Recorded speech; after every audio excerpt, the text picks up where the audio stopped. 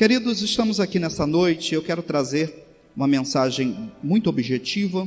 Hoje ceia, então ainda teremos o ato da Santa Ceia.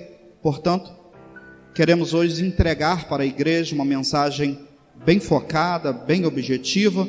Mas antes de qualquer coisa, quero dizer para os irmãos que estou aqui nessa noite. O meu sentimento, pastor Edson, é como se eu fosse um grão de areia no deserto.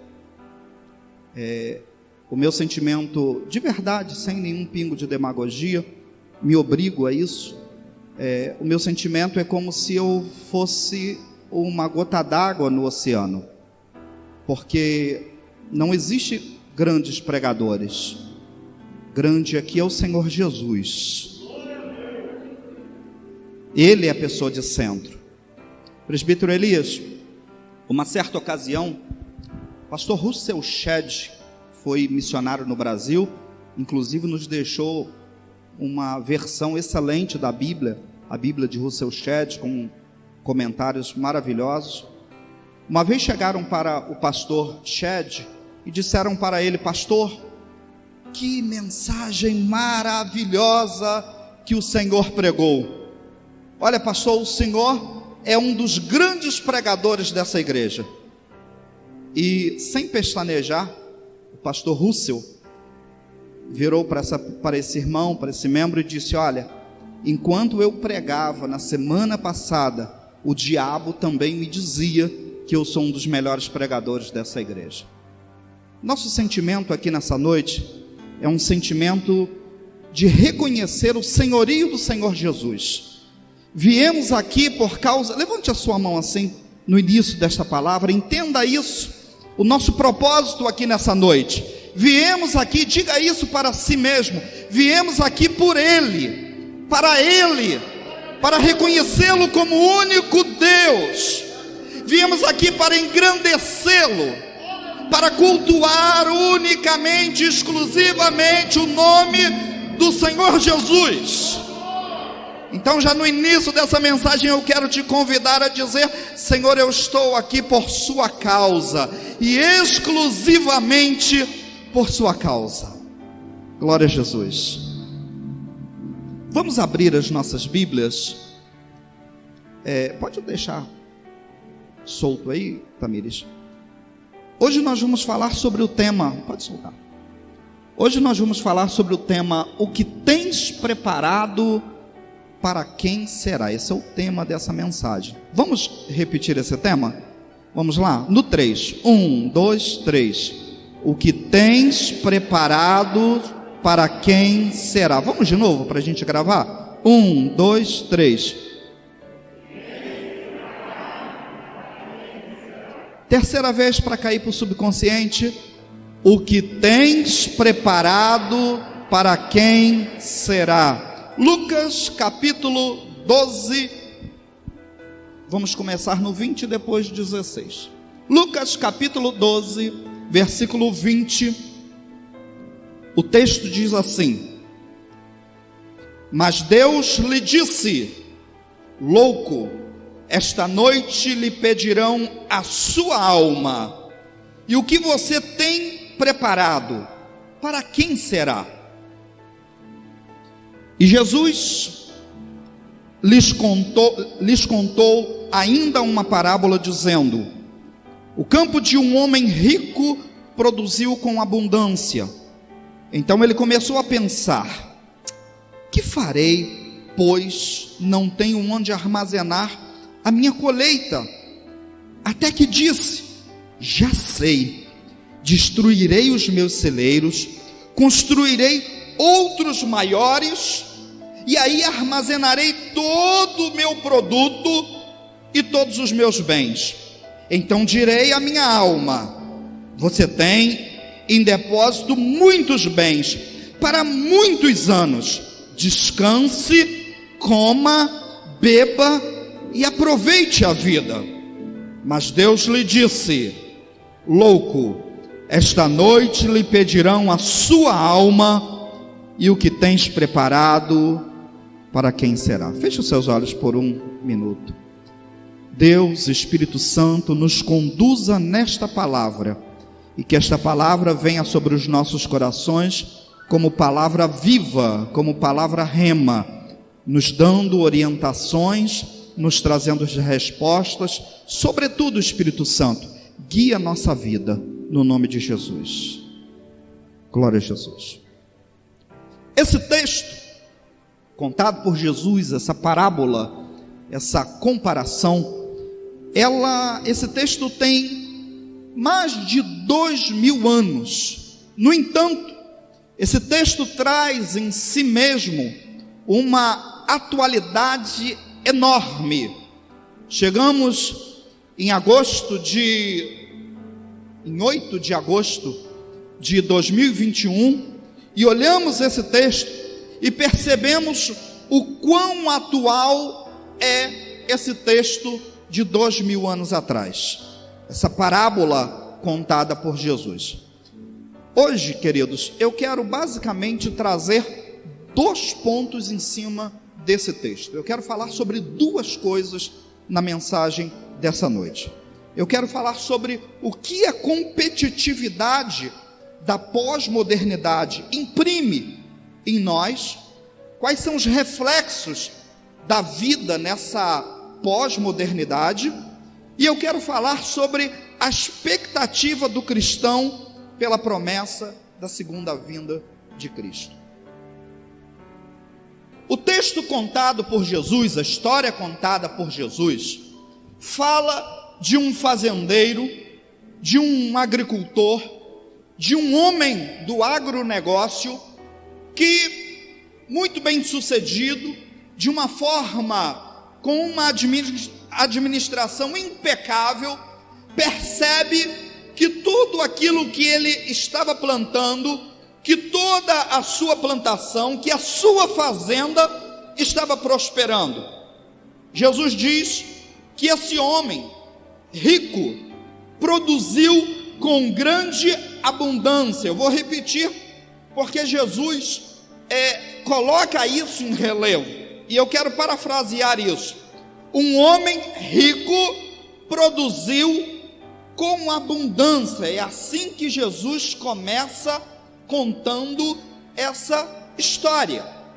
E ele diz que nesse afã, nessa produção, nesse agronegócio, esse homem percebe que não havia lugar para recolher, para guardar, para depositar tudo aquilo que a sua colheita estava dando. Então, após pensar no que fazia, após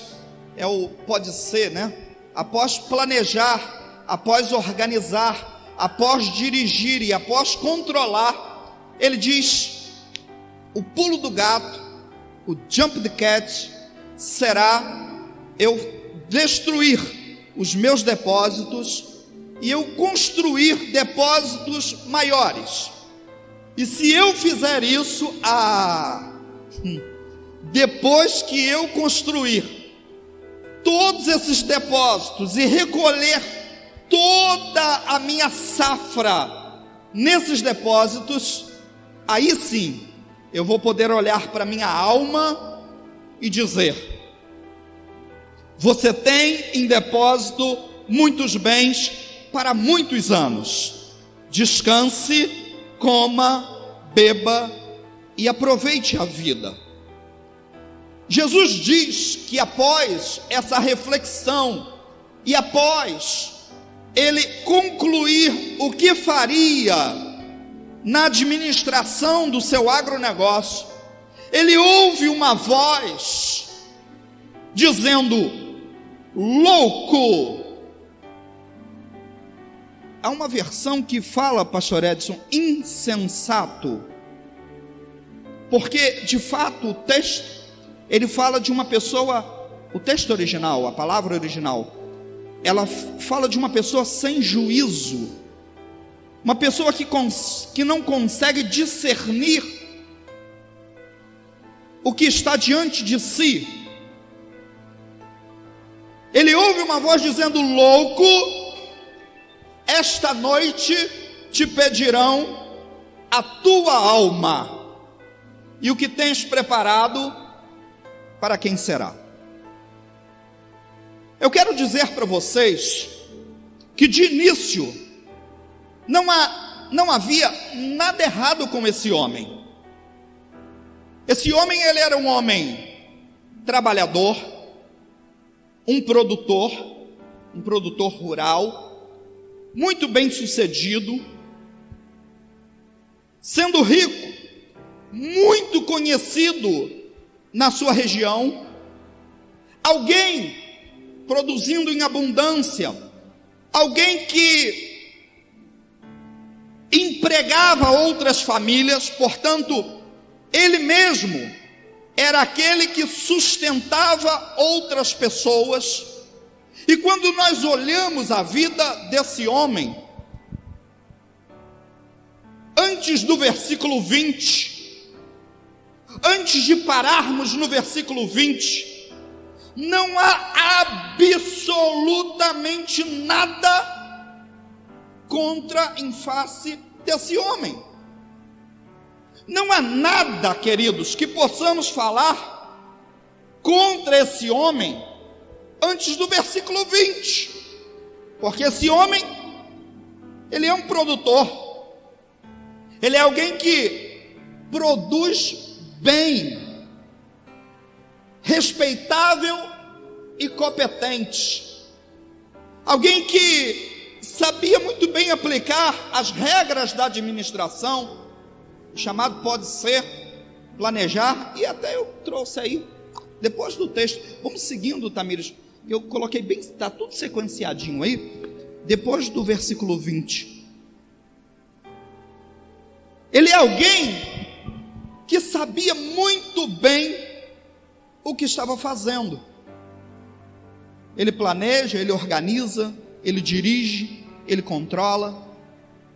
E sabe, pastor Edson, quando eu leio o versículo 16, 17, 18 e 19, eu não consigo achar nada de ruim para falar desse homem do agronegócio, desse fazendeiro, desse empreendedor. E eu quero já, de início, fazer uma aplicação às nossas vidas e transportar esse texto de 2000 anos atrás para a nossa época, a época em que a gente vive, a pós-modernidade. E eu fui lá em Zygmunt Bauman, e Bauman diz que desde 1980 o mundo passou a viver a pós-modernidade com mudanças aceleradas. Esse é o mundo que a gente vive. Não há como pensar diferente. Seja você médico, advogado, engenheiro, seja você da área da saúde, da área da administração, seja você vendedor, seja qual área você trabalhe, todos nós estamos inseridos num contexto de mudanças efervescentes, Thalita. Um contexto de uma vida absolutamente corrida. E eu trouxe aqui algumas realidades da época em que nós vivemos. Estamos na 4ª revolução industrial, informática, nanotecnologia, biotecnologia, novas concepções sobre espaço e tempo. Vivemos essa época onde as relações interpessoais são efêmeras, fluídas, voláteis, não presenciais. Essa é a nossa vida. Eu não estou falando de alguém que vive em Marte, em Júpiter, em Netuno. Eu estou falando da minha e da sua vida. É assim que nós vivemos, nessa vida efervescente, produzindo, controlando, dirigindo. Essa pós-modernidade onde a imagem vende, onde o consumo é absolutamente associado à imagem. Você não compra pelo conteúdo, você compra pela embalagem. Elias, melhor pessoa para falar sobre isso, não é isso, Elias? As pessoas compram pela imagem, pela associação das imagens. Esse é o contexto da pós-modernidade, fragmentação do discurso e do indivíduo. Nós não gostamos de ouvir, nós gostamos de ver. As maiores plataformas não são mais as plataformas de livro. Aliás, os livros hoje são relegados a um espaçozinho. As maiores plataformas são o YouTube. Não é isso? Vivemos a partir da imagem, daquilo que está visível, palpável, tangível. Essa pós-modernidade que nos traz a hiperrealidade, a realidade imediata, aquilo que está próximo. Queridos, olhe para cá, me dê um minutinho da sua atenção. Eu quero te dizer que eu e você, nós não somos muito diferentes desse cara do texto. Não somos. Nessa noite de domingo, nesse dia dos pais, nesse culto de Santa Ceia, eu estou aqui para te dizer que a minha e a sua vida não se afasta muito da vida desse empreendedor do agronegócio. E o empreendedorismo é assim, né? É o cara que consegue enxergar o segundo kick da bola. Todo mundo enxerga o primeiro kick da bola, mas o empreendedor não. Ele enxerga o que vai acontecer. Nós somos muito próximos a esse homem. A nossa vida, nós divinizamos o trabalho. Veja que em 1945 o mundo saiu da Segunda Guerra Mundial. E aí, Milena, vem a geração Baby Boomer. Não é isso? Aquela geração, Milena, após a Segunda Guerra Mundial, que precisava reconstruir o mundo. E talvez o seu avô tenha te falado que o trabalho é a coisa mais importante que você tem na vida. O seu avô falou isso para o seu pai. E talvez o seu pai tenha te chamado num canto e tenha dito assim: olha, não há nada mais importante do que o trabalho. Porque o trabalho, são frases nossas, né?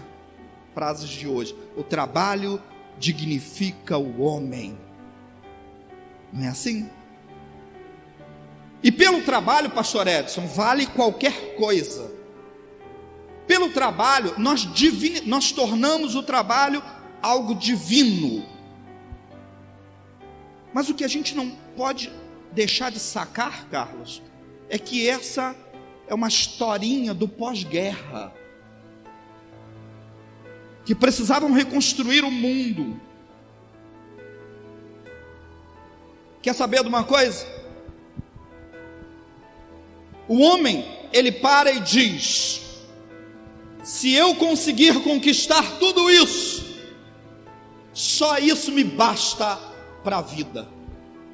Eu não preciso, Jussara, de mais nada para viver. Basta que eu recolha, que eu amealhe, que eu junte nos meus depósitos tudo que eu preciso juntar e tudo que a vida está me proporcionando e tudo que está à minha frente, e isso vai bastar para a minha existência. Olhe para cá, please look me. Nós somos iniciados nessa pós-modernidade a viver como esse homem do agronegócio. Eu vou repetir isso para você, porque é importante. Nós somos iniciados, e aí quando eu uso o termo iniciado, eu estou pensando numa seita religiosa. Nós somos iniciados nessa época em que nós vivemos a viver essa vida ansiosa pelo amanhã físico. Sabe isso comigo? Mas Jesus já tinha alertado isso em Mateus capítulo 6. Jesus diz o seguinte, isso é disruptivo, né? Isso quebra os nossos... Gente, pastor Edson, se a gente pudesse, sem ninguém olhar assim, olha, rasgar Mateus 6, que maravilha que seria, pastor Edson.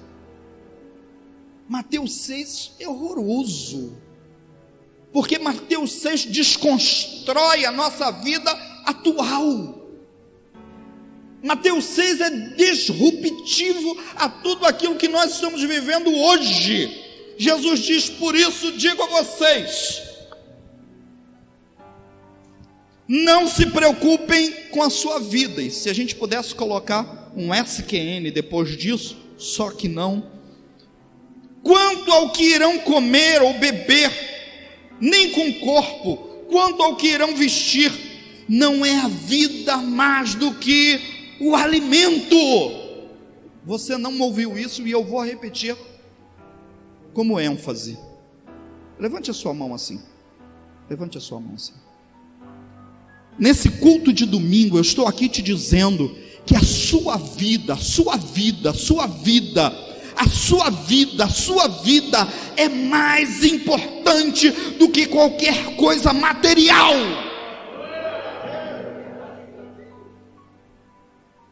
Isso desconstrói a gente de dentro para fora. E não é o corpo mais do que as roupas. Observem as aves do céu, que não semeiam, não colhem, não juntam em celeiros. No entanto, o Pai de vocês, que está no céu, as sustenta. Será que vocês não valem mais do que as aves? Quem de vocês, por mais que se preocupem, esse texto é muito eu, né, Jussara? Quem de vocês, por mais que se preocupem, pode acrescentar um côvado, uma medida ao curso da sua vida? A gente fica desesperado. E eu prego hoje para mim mesmo, pastor Edson. A gente dá taquicardia, Dilson, não é assim? A gente olha a agenda e fica arrancando os cabelos da cabeça quando a gente para olhar a agenda. E por que se preocupam com o que vão vestir? Observem como crescem os lírios do campo, eles não trabalham, nem fiam. Eu, porém, afirmo a vocês, que nem Salomão, em toda a sua glória, se vestiu como qualquer deles. É porque foi Jesus que disse isso, pastor Edson. Porque se fosse Paulo, a gente ia dizer que Paulo está encapetado. A gente ia falar que isso não é de Deus, não. É porque a gente só acredita porque foi Jesus que disse. Ora, se Deus veste assim a erva do campo, que hoje existe e amanhã é lançada no forno, não fará muito mais por vocês, homens de pequena fé. Queridos,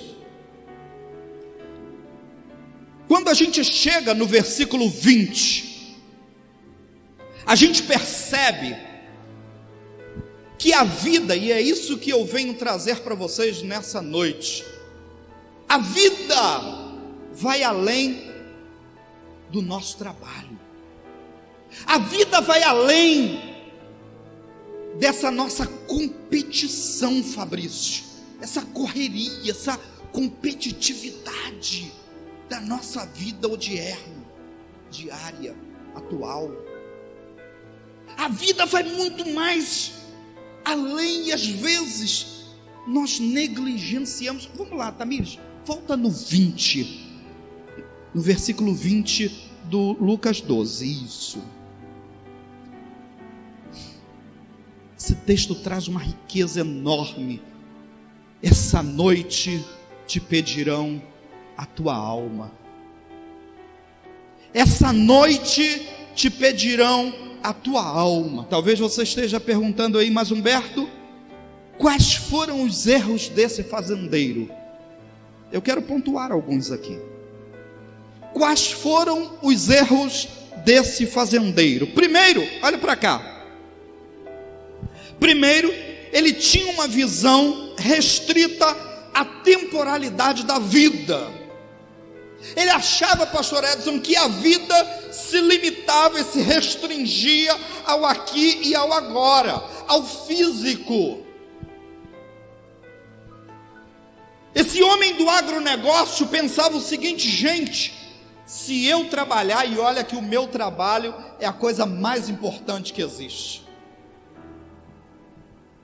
O que eu faço é a coisa mais importante dessa vida. Não tem nada mais importante que isso. E se eu fizer,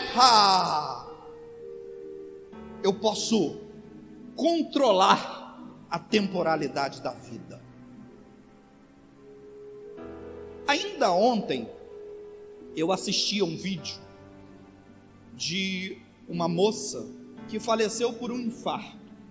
E ela, irmão Antônio, ela estava a varrer a calçada de casa, e a câmera de segurança filma o momento em que ela para de varrer e ela coloca a mão no peito. Ela talvez sinta alguma dor, mas ela volta a varrer, e ela para novamente, coloca a mão no peito, respira e volta a varrer, juntando os lixos da calçada, até que a câmera filma um momento em que ela cai, e minutos depois é socorrida por pessoas que passavam, e o vídeo dizia que ela havia falecido. Fiquei pensando, negão, que às vezes nós não percebemos essa temporalidade, como o tempo é fugaz, como as coisas passam, como as coisas, Jussara, escapolem entre os nossos dedos, e a gente não dá importância a viver ao que de verdade é importante. E aí, pastor, vem novamente aquela frase que a gente come o guardanapo e joga o bolo fora, porque a gente inverte a ordem do que é importante. Primeiro erro desse fazendeiro: tinha uma visão restrita à temporalidade da vida. Nós somos levados a pensar que a vida é só isso aqui. Somos levados a pensar que não há mais nada além de fazer, fazer e fazer. Eu coloquei aqui no meu esboço: somos médicos, advogados, engenheiros, enfermeiros, vendedores, enfim. Eu coloquei aqui, Elias, onde estão os pregadores? Onde estão as pessoas que de fato vão fazer a obra de Deus com relevância, com capacidade? Onde estão as pessoas? Ainda hoje, pastor, fazíamos uma reunião com a juventude, com a liderança da juventude, pontuando a dificuldade de acharmos pessoas envolvidas, pessoas comprometidas, pessoas que levem a obra de Deus a sério. Como isso é difícil! O erro desse fazendeiro foi pensar que tudo se resumia a bens materiais.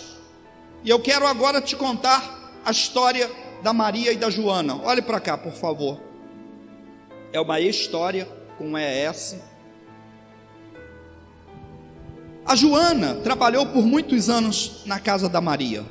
Pessoa simples, empregada doméstica. Por muitos anos ajudou. A Joana laborou, trabalhou na casa da Maria. E a Maria conhecia muito bem a Joana. Mulher de oração, mulher que não perdia um culto, envolvida nos trabalhos da igreja. E um dia a Joana morreu. Lá foi a Joana aos braços do Senhor. Maria, que também ia à igreja, frequentava os cultos, mulher de Deus, passado algum tempo, Maria também morreu. E quando conta a história, que quando ela chegou no céu, ela disse, olha, para o primeiro anjo que passou na frente dela, ela disse, eu quero rever a Joana. Joana, pessoa de minha casa por muitos anos, eu quero rever Joana. E o anjo então pegou nas mãos de Maria e a levou para uma casa enorme, um palacete, como diria minha mãe, uma casa muito bem preparada, ornamentada. E Maria ficou abismada com a casa de Joana no céu, Jussara. Que casa linda! Maria então ficou empolgada e disse, Thalita, se Joana teve essa casa no céu, anjo, mostra a minha casa, porque eu já estou ansiosa para conhecer a minha casa. Onde é minha... Se Joana teve essa casa, a minha casa... E o anjo pega na mão de Maria e a leva, Deus, para um casebre. Uma casa pequena, quase uma tapera no céu. Se é que o céu vai ter tapera, não vai, né? Exagero meu. E Maria fica revoltada no céu e diz, espera aí, que papo é esse? Que onda é essa? Eu conheço Joana. Joana não teve mais bens do que eu e nem é pessoa melhor que... Que papo é esse de eu morar num casebre, numa tapera aqui no céu, e Maria e Joana ter aquele casarão? E o anjo então, olhando para Maria, disse, olhe para cá, olhe para cá, olhe para cá, olhe para cá. Eu sei que a cara não ajuda muito, mas pede graça a Deus e olha para cá um pouquinho. O anjo olhou para Maria e disse, as casas aqui no céu são construídas com os materiais que vocês enviam lá da terra. Você entendeu isso? As casas aqui no céu são construídas com os materiais que vocês enviam lá da terra. O que de fato nós temos construído? Quais são de fato os nossos valores quando pensamos nesse agronegócio? O que de fato são as coisas que nos envolvem, que nos interessa, que faz brilhar os nossos olhos? O que faz brilhar os nossos olhos? Famílias, 1 Coríntios capítulo 13. Isso. Paulo explicou isso de uma forma maravilhosa. E Paulo diz o seguinte: porque ninguém pode lançar outro fundamento além do que foi posto, o qual é o Senhor Jesus. Eu abri esse culto dizendo o seguinte, segura aí, Tamires, que a gente vai caminhar nele. Eu abri esse culto dizendo que a pessoa mais importante nesse lugar é o Senhor Jesus. E toda a nossa vida material, física, espiritual, ela deve passar pela pessoa do Senhor Jesus. Ele é a pessoa mais importante. É para Ele que nós vivemos. Levante a sua mão assim comigo, se você puder, e diga assim: é para Ele que nós vivemos. Diz de novo: é para Ele que nós vivemos. Ele é o fundamento. E o versículo 12 diz: e se alguém edifica sobre o fundamento é ouro, prata, pedras preciosas, madeira, feno ou palha. 13. A obra de cada um se tornará manifesta, pois o dia, com D maiúsculo, porque se refere à volta de Jesus, o dia a demonstrará, porque será revelado pelo fogo, e o fogo provará qual é a obra de cada um. Eu acho que tem até o 15. Se aquilo que alguém edificou sobre o fundamento permanecer, esse receberá recompensa. O que Paulo está explicando é que se a gente estiver aqui nessa noite só por causa do agronegócio, isso tudo é madeira, feno, palha. Se você saiu de casa, e essa é uma das grandes besteiras desse evangelho podre, ridículo que nós vivemos hoje, é aquela ideia de que eu vou na igreja receber uma bênção. Se a gente está aqui só para receber alguma coisa, madeira, palha, feno. Se nessa hora eu estou segurando esse microfone só para alimentar o meu egoísmo, madeira, palha, feno. Se eu canto, se eu louvo, se eu faço, se eu estou na porta, numa lateral, se eu ajudei a isso ou aquilo, para as minhas próprias ambições, madeira, palha, feno. O texto diz que se aquilo que alguém edificou sobre o fundamento permanecer, esse receberá recompensa. Se a obra de alguém se queimar, esse sofrerá uma perda, porém ele mesmo será salvo. Porque, gente, olhe para cá, a gente não está falando de salvação nessa noite. Não misture focinho de porco com tomada, espingarda de caçar rolinha com panela de caçarolinha. São coisas absolutamente diferentes. A gente não está falando de salvação, que não é por uma cutícula que você faça. Creio no Senhor Jesus, estou salvo. Ponto. E não é pelo que eu faço, é pelo que Ele traz sobre a minha vida. O caminho também não é eu, o caminho é Ele. Isso é salvação. Agora, obra, galardão, qual a qualidade do que eu estou fazendo? Por que eu estou fazendo? Se a obra de alguém... Tem o 16, não tem? Tem não, né? Parei no 15. Eu já quero ir fechando essa mensagem, queridos, mas quero dizer aqui para vocês que esse fazendeiro, erro dele, ele marginalizou o cuidado com o alimento da alma.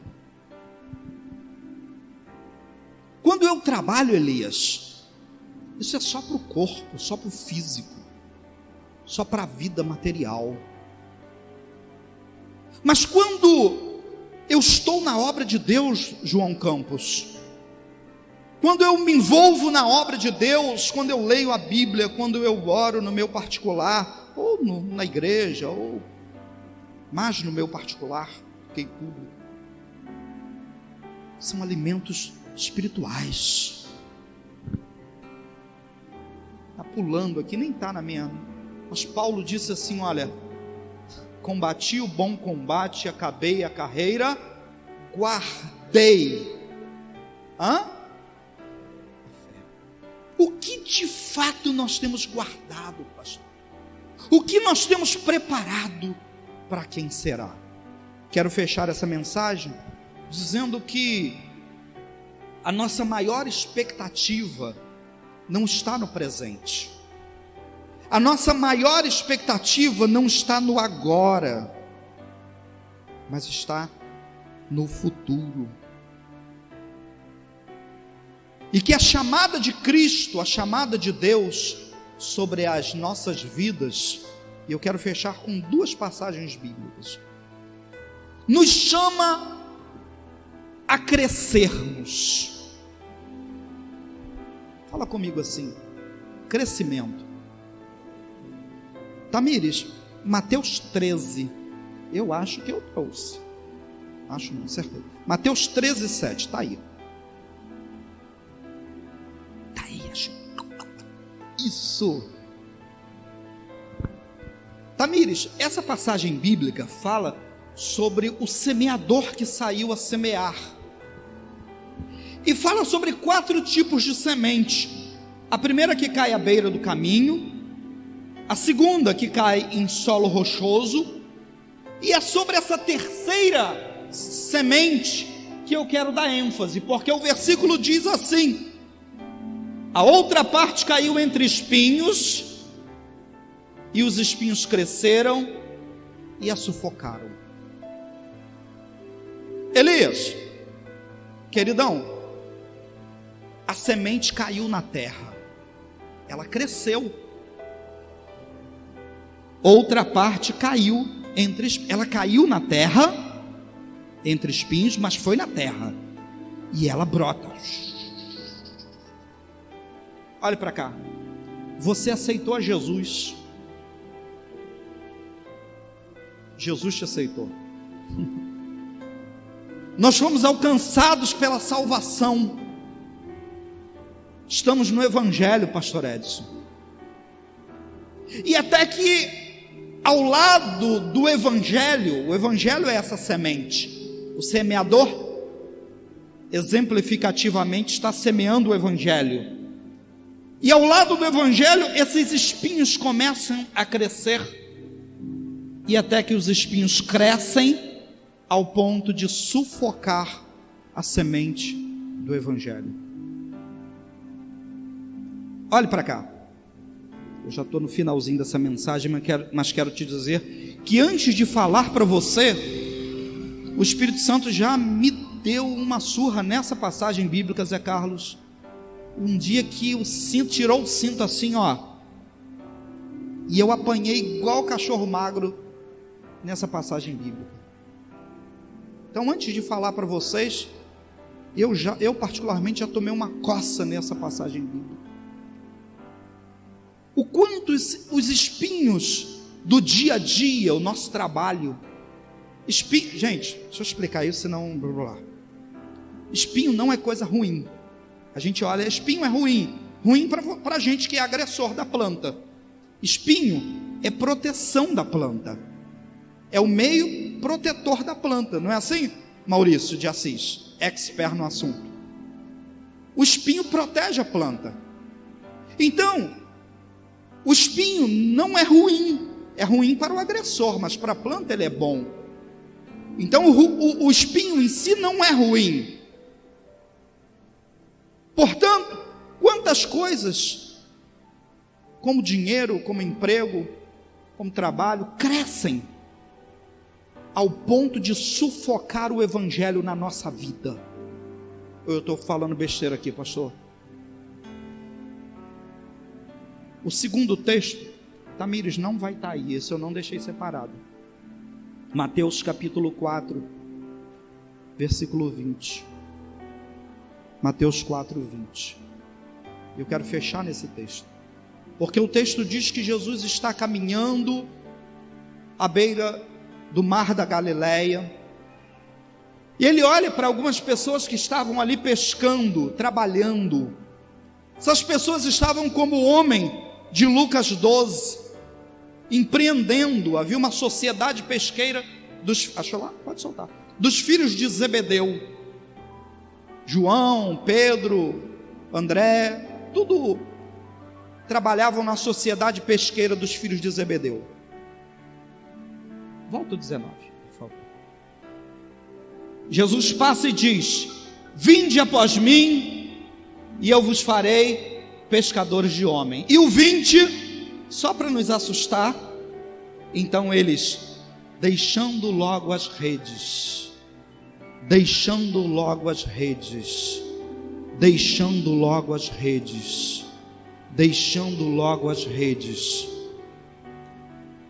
seguiram-no.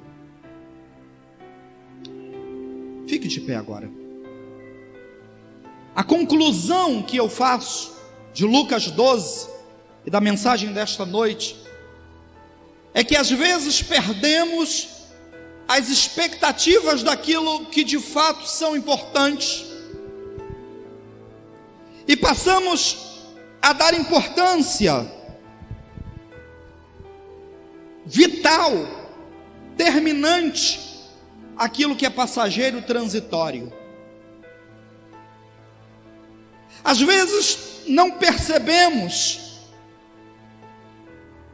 que a vida da alma transcende a vida do corpo, que além do físico existe o espiritual, e que o meu trabalho, que o seu trabalho não pode ser um Deus na nossa vida.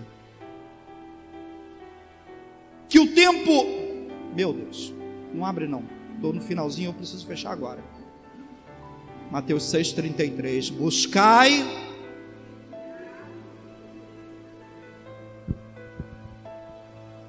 meu Deus, se a gente pudesse, Luciana, arrancar esse versículo da Bíblia e jogar ele fora, amassar bem amassado e jogar na lata do lixo.